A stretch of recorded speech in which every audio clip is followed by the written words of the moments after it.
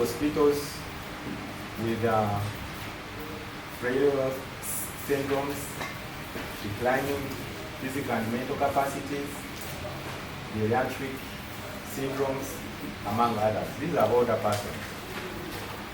Of all referral hospitals, none had a geriatrician's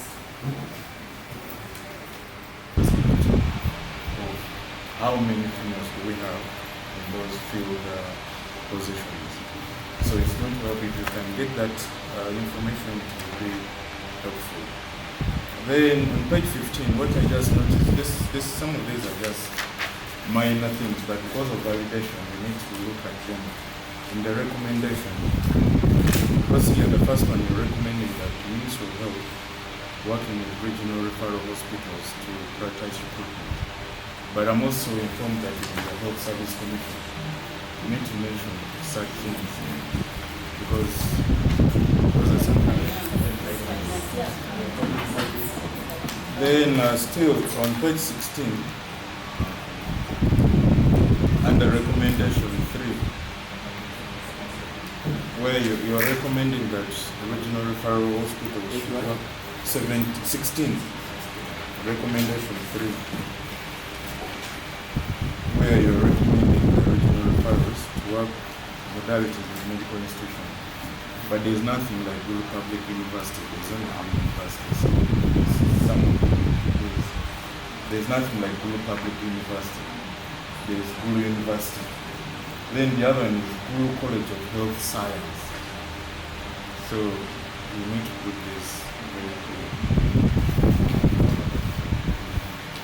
Then number. And then we are saying that the gerontologists will understand the old person because they are experts in elderly issues, how they are feeling, how they are thinking, and they are slow.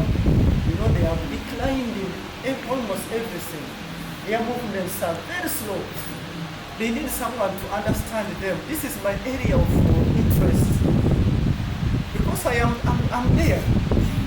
So it's like you are touching something.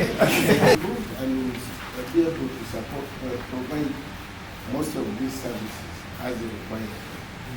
So let us look at it in a way that we start from up, down, and each one plays his role. And I think we can move together. Thank you so much, sir. Is that responsibility? Elderly, and again, goes back also to the regional referral hospitals.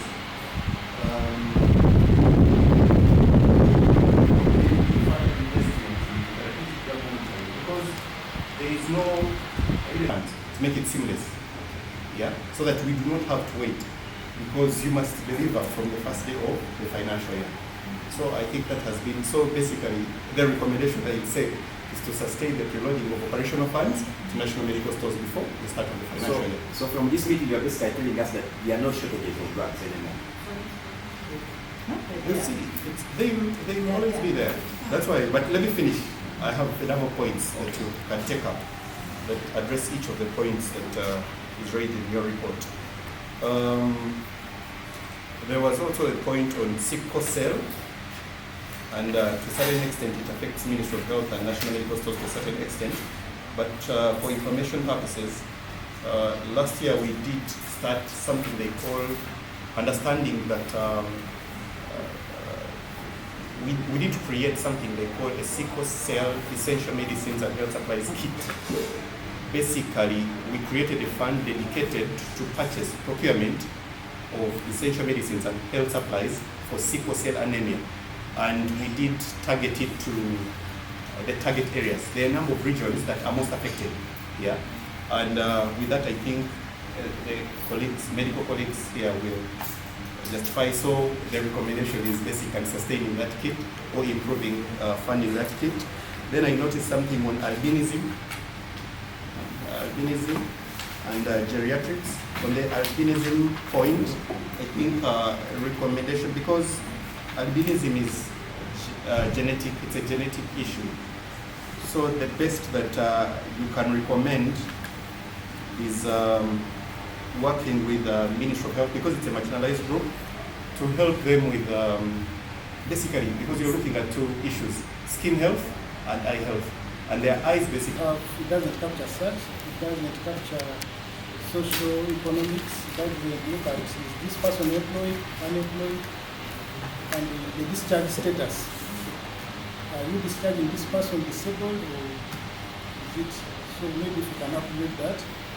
Then the other issue is what plans do you have for Kawempe division? Their health center was transformed into maternity hospital, isn't it? So they have to go to the other side to Command for services, or come and occupy space at the National Referral Hospital at Malawi. So what plans do you have as Minister of Health to see Kawempe people access services for health?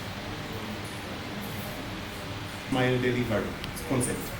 We usually outsource that service to a 3PL entity that picks medicines from the districts and delivers to the last mile, to the center post, trees and posts. And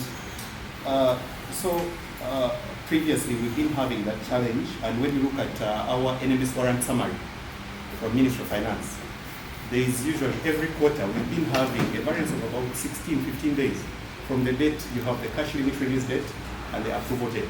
When you look at those dates, if you delay by 3 weeks to release these kind of funds, then it will be cumulative, but it will affect the entire.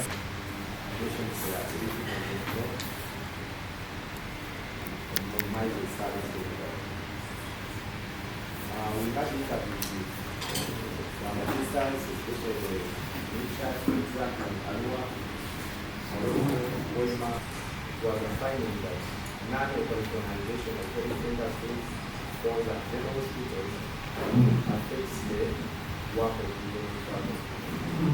Because in most cases you find someone who is for malaria is also going to referral hospital. This is an individual commission is saying thing. However, the commission is concerned about the responsibility of hospital in considering the concerns of other persons and persons with disabilities and our constituents as opportunities in their operations for inclusive service delivery. For example, during the visits and the review of staff structure and planning documents, the Commission noted that all referrals structure do not prioritize the treatment of sign language interpreters. Noted diagnosis, dates without matrices and other dates completed and patients removed alarm that is some inspection. In most cases, there is no referral to the last of the referral.